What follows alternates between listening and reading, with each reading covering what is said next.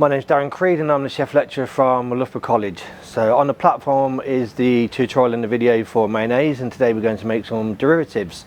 So we're going to start off with the Mayo sauce, or the otherwise known as cocktail sauce. There are several different names for this, but classically it's the Mayo. So we're starting off with the mayonnaise that we made previously. Again, this was made with pasteurised egg yolk just for a bit of food safety. And reducing the risk of food poisoning. So mayonnaise goes in. I'm going to use around 2 to 1, but again, I have to taste it and see how we go as we go along. So we've got the mayonnaise in, we've got some tomato ketchup in. We're going to then add some Worcester sauce, or you could use some Henderson's relish, either or, it doesn't matter.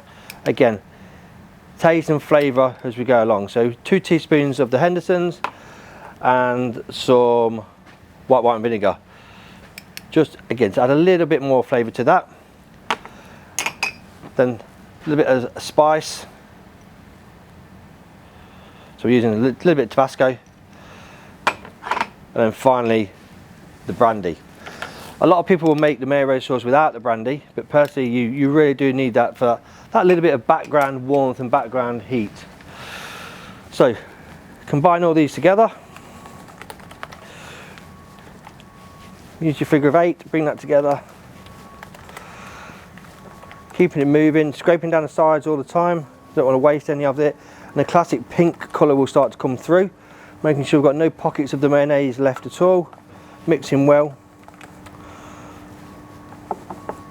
Then obviously important to taste. Now we've not added any seasoning at this time. We did season the mayonnaise when we made the mayonnaise, but we will be adding seasoning to this as well once we've tasted it and adjusted it.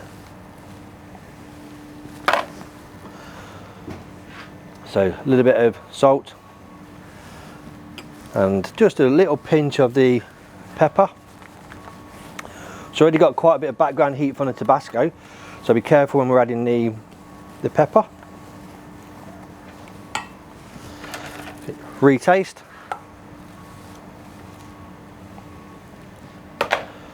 Then we're happy with that. It doesn't need to adjust anymore. You could add a little bit more of the brandy, the Tabasco, or any of the other ingredients if need be, but actually I'm really happy with that.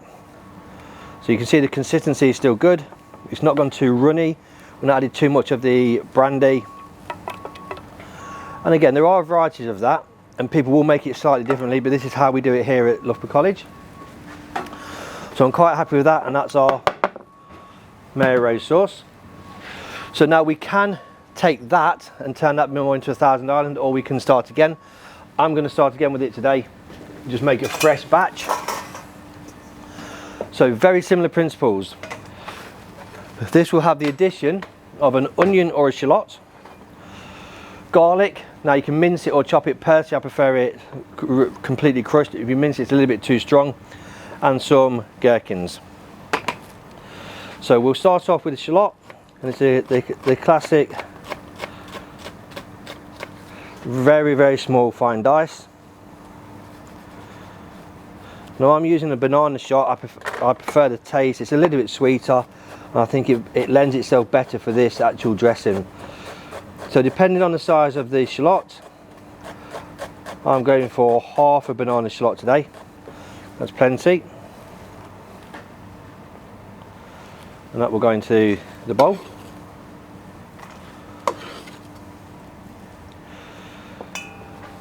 The gherkin. We'll turn this into a julienne and then into a brunoise, so we'll slice across nice and fine.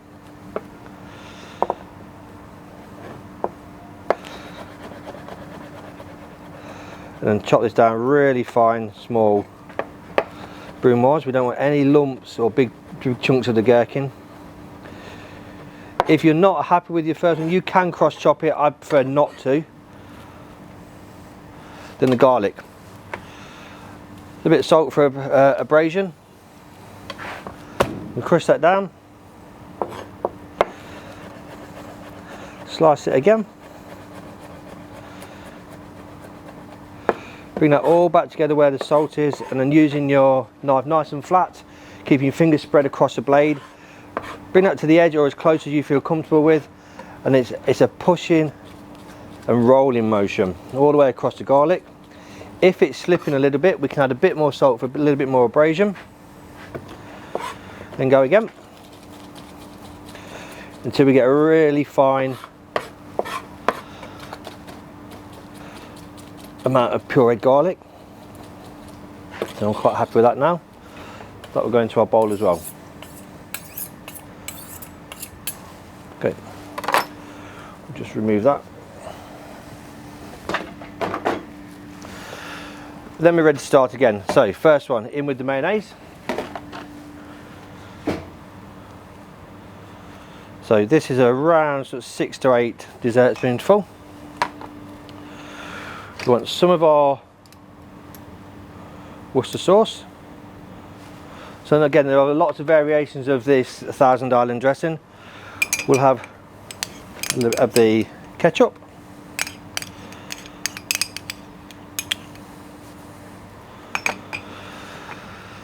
A white wine vinegar, but this is a balsamic white wine. So again, this is around 2 to 3 teaspoons. And this one needs sweetening, so we've got a little bit of sugar to go in here. So I give it a pinch of sugar. Again, combined classically together. Bring this, and we're looking for the same sort of colour we had before. Maybe slightly lighter. But same principle, mix it all together well. It all come together around the sides. And then we need to taste. So never assume everything's going to be right. So this has got a little bit of texture to this one, a little bit of crunch because of the gherkins that are in there. And the shallots. So again, classical variations. Some will make it darker, some will like it a bit pinker. I prefer this one just starting to come together. Slight tinge to it. That actually needs a little bit more salt. And again, when you're happy, we'll present the Thousand Island dressing. So this is how we do it here at the college. Again, some variations will be slightly pinker, slightly darker.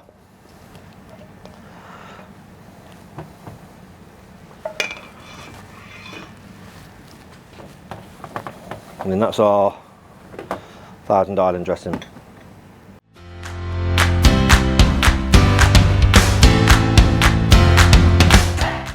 So we've got the classic prawn cocktail sauce. Again, everybody uses it for the prawn cocktail. Absolutely fine for that. But there's lots of variations you can use it for. It's known classically for the prawn cocktail, but it works really well with seafood. It works very well with smoked fish as well. So lots of uses for the classic Mayo rose sauce and the cocktail sauce. The Thousand Island one has a lot of discussion around this. Some people will put capers into it, some people put julienne or red peppers in there. There's variations of it. This is how I personally like to do that, and again, it works really well with seafood. It works for me personally. I love it with smoked chicken as well. So again, lots of uses you can use for the Thousand Island dressing. It's great on a salad bar as well. People's taste will vary, and you can use it for all manner and range of dishes.